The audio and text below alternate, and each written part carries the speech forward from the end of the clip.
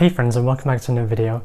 If you're new here, my name's Ray and I'm a second year Cambridge student studying physics. In this video, I'll be talking about how I prepared for my Cambridge interview in the December 2018 and what advice I have for people doing interviews at Oxford or Cambridge. This video will be mostly based on my experience studying STEM subjects, but hopefully some humanities students can learn a few things from it too. No matter what subject you do, I would highly recommend having a look at the free website called Inside Uni. It has a huge free library of hundreds of interview experiences written by current students across a range of subjects at Oxford and Cambridge. Also have a look at the YouTube playlist in the description. It has videos of many Cambridge and Oxford colleges and tutors offering interview advice. My advice is based on much of their advice, so feel free to skip this video entirely and watch theirs, but carry on watching if you want a student perspective on the advice. Anyways, timestamps and links to any specific resources I mentioned will be in the description below, so do check those out during the video. Firstly, the most important thing to do in interviews is speak your thoughts out loud as much as possible. If you don't already, I recommend that you practice speaking your thoughts out loud with any further subject-related questions or problems you tackle until your interview. Ideally, you want to make this into a habit, so by the time you do have your interviews, you don't have to force yourself to speak out loud and you end up doing it naturally. The reason for this is that interviews are designed to emulate what a Cambridge supervision or an Oxford tutorial is like. During the supervision/tutorial, you sit down with an academic and work on some tough problems with them. During this, you may take on their hints and suggestions to complete the problem whilst also learning something new.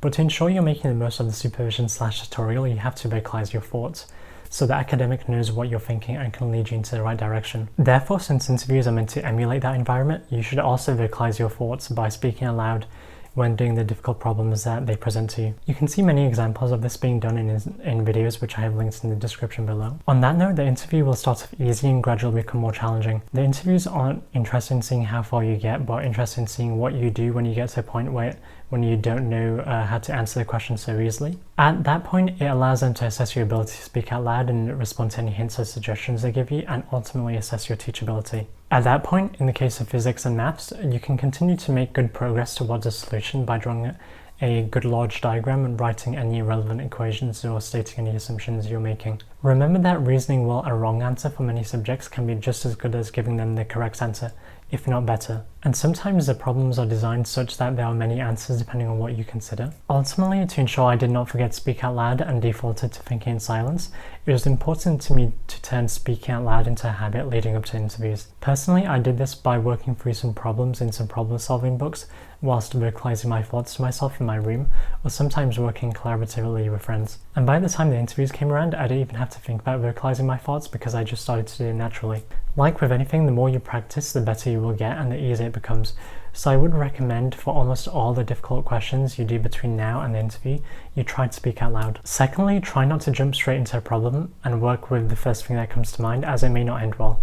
Don't try to rush and ask for clarification to ensure you're understanding the question properly before you begin. It is easy to become so fixated on the first thing that comes to mind and completely discard everything else, but try to take a moment to think out loud, of course. The interviews are designed to assess your teachability, and by making sure you understand the situation presented to yourself, by asking yourself questions is good. You can even ask them, can I think about this for a minute, then proceed to think out loud? And often they will be happy for you to do this, and sometimes they're overjoyed because many students they're interviewing don't stop to think. It is fine to have mind blocks and ask for something simple you may have forgotten, like an equation, or even admit you were wrong in light of some new evidence by saying something like, apologies, I take that back, I forgot to consider X or Y. This leads on to my third piece of advice, which is don't be afraid to ask for help. The interviewers aren't expecting you to produce complete solutions by yourself.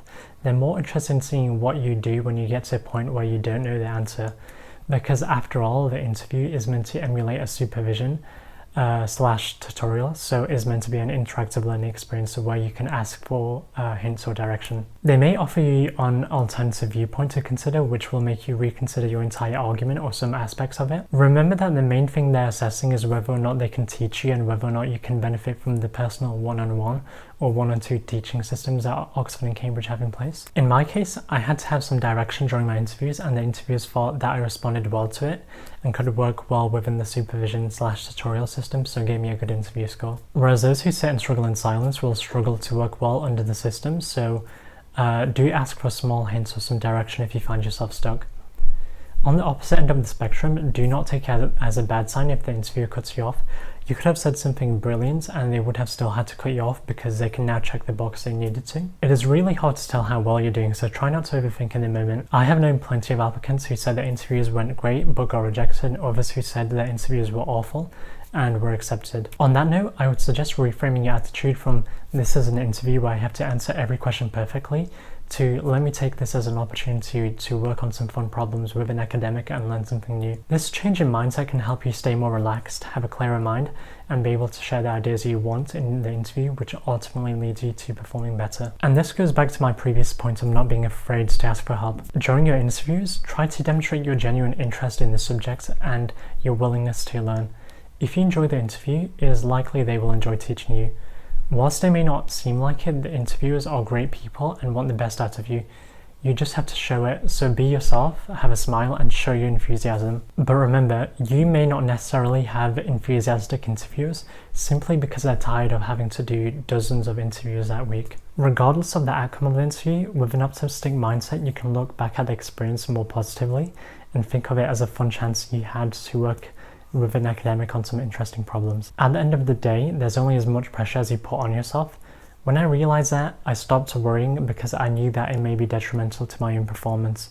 So I went in the interview with determination to enjoy and make the most of the experience, and that works well for me. But that's basically it from me. If you want to see what other advice is on offer, especially from Cambridge and Oxford and their constituent colleges, then check out the playlist I created in the description below. You will find a lot of similarity between what I've mentioned here and the playlist. Anyways, if you find the video useful, then leave a like. If not, leave a dislike and let me know why.